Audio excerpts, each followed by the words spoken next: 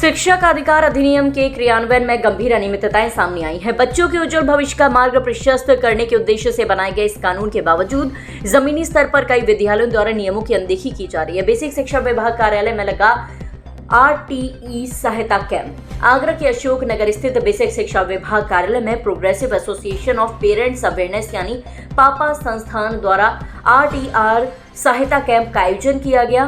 Camp में बड़ी संख्या में अभिभावकों ने भाग लेकर अपनी समस्याएं दर्ज कराई और न्याय की मांग की। स्कूल आवंटन के बाद भी प्रवेश से इनकार। कैंप में प्राप्त शिकायतों को 3 प्रमुख श्रेणियों में विभाजित किया गया। पहली श्रेणी में अभिभावकों ने बताया कि उनके बच्चों का विद्यालय आवंटन हो जाने के बावजूद संबंधित स्कूल प्रवेश देने से इनकार कर रहे हैं। विद्यालय प्रबंधन ये कहकर अभिभावकों को लौटा रहा है कि उन्हें विभागीय सूची प्राप्त नहीं हुई है, जबकि शिक्षा विभाग सूची भेजने जाने की पुष्टि कर चुका है।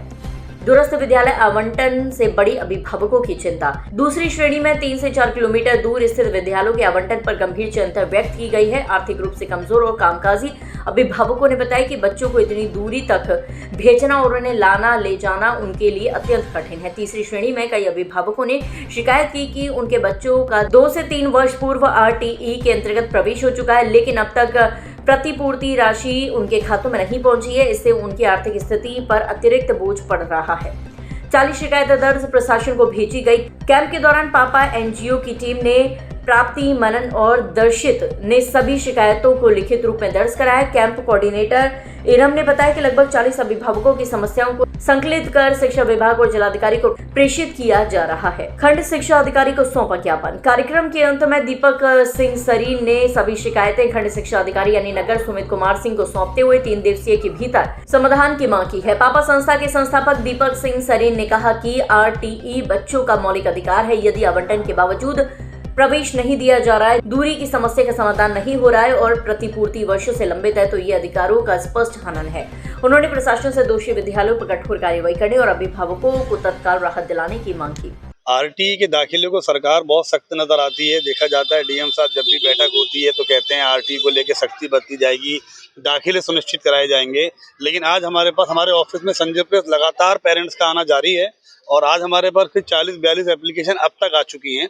3 प्रकार की दिक्कतें देखने में आ रही हैं मुख्य तौर पर। एक तो ये कि RTE में जिन बच्चों का आवंटन हो चुका है, लॉटरी में नाम आ चुका है, उसके बावजूद भी जब पेरेंट जाता है स्कूल के गेट पे तो गार्ड कह देता है, गार्ड अंदर एंट्री भी नहीं करने देता। ये सबसे बड़ी विडंबना है हमारे देश की कि जब एक शिक्षा के लिए व्यक्ति दरवाजे पे जा रहा है और शिक्षा के मंदिर पे बैठा हुआ चौकीदार ये कह देता है कि हमारे पास लिस्ट नहीं आई है, तो वो बेचारा दुलबर वक्त का पेरेंट डिपार्टमेंट में आता है जहाँ BSA के बाहर खड़े हुए हैं। पेरेंट को फुटबॉल बना दिया जाता है। वो स्कूल के गेट पे जाता है, फिर डिपार्टमेंट आता है, फिर डिपार्टमेंट आता है, फिर स्कूल के गेट पे जाता है, लेकिन बच्चे का दाखिला नहीं हो पाता है। हमारे पास करीब 15 एप्लीकेशन इस तरीके की आई हैं जिनका दाखिला अभी तक नहीं हुआ है। अब देखिए, हम लोगों ने चूंकि हमारा NGO इन्हीं क्षेत्र में बच्चों की मदद के लिए काम कर रहा है, हम लोगों ने आज यहाँ पर कैंप लगाया है।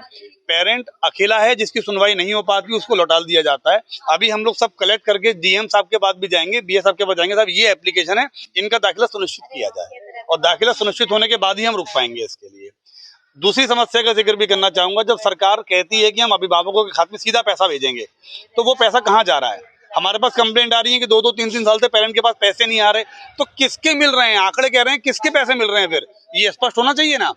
तीसरी बड़ी समस्या, आपने सुना कि साहब 5000 दाखिले हो गए RTE के, साथ बड़े खुश हैं, सरकार ने आंकड़ा पार कर लिया, लेकिन कम से कम 15% बच्चे ऐसे हैं जो इनके स्कूल 3 किलोमीटर दूर, 4 किलोमीटर दूर दाखिले हो गए हैं। आज के टाइम में पूंजीपति भी चाहता है कि उसके बच्चे को पास का स्कूल मिले। आप दुर्बल वर्ग का जो पैदल है पेरेंट, उसके दाखिले आप 4 किलोमीटर दूर करा देंगे तो वो कैसे अपने बच्चों को पढ़ाने लेके जाएगा? तो इन समस्याओं के लिए हम यहाँ पर हमारा कैंप लगा हुआ है। अभी हम पेरेंट हमारे बीच में खड़े हुए हैं, पेरेंट से खुद चर्चा करें इस बारे में, ताकि और हम चाहेंगे आपके माध्यम से ये बात DM साहब तक भी पहुंचे और इन बच्चों का दाखिला सुनिश्चित किया जाए। मेरे को ये है कि मेरे बच्चे का RTE की पहली लॉटरी में नाम आ गया था, अलॉटेड सीट शिवाली के स्कूल।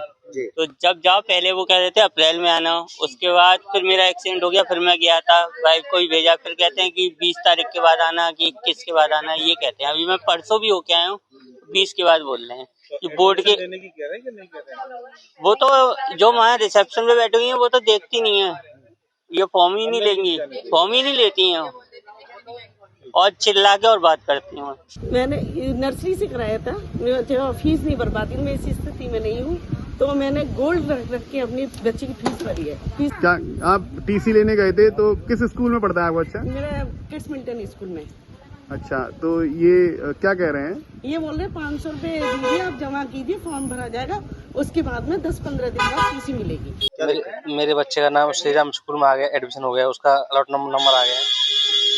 स्कूल वाले मुझे 20 दिन से घुमा रहे हैं कि 20 को आना, 24 को आना, 6 को आना। 6 को मैं स्कूल गया तो 6 को मुझसे बोला गया कि अभी सीट फुल है, अगर सीट जैसे खाली होंगे तो आपको कॉल किया जाएगा। तो वो ट्राम टोला कर रहे हैं, नहीं ले रहे हैं। और मैं स्कूल गई थी सेंट जोसेफ आर्या LKG में। LKG में गार्ड बोल रहा है कि यहाँ पे लिस्ट नहीं आई है, 3 से 4 बार मैं जा चुकी हूँ, अंदर ही नहीं जाने दे रहा हूँ।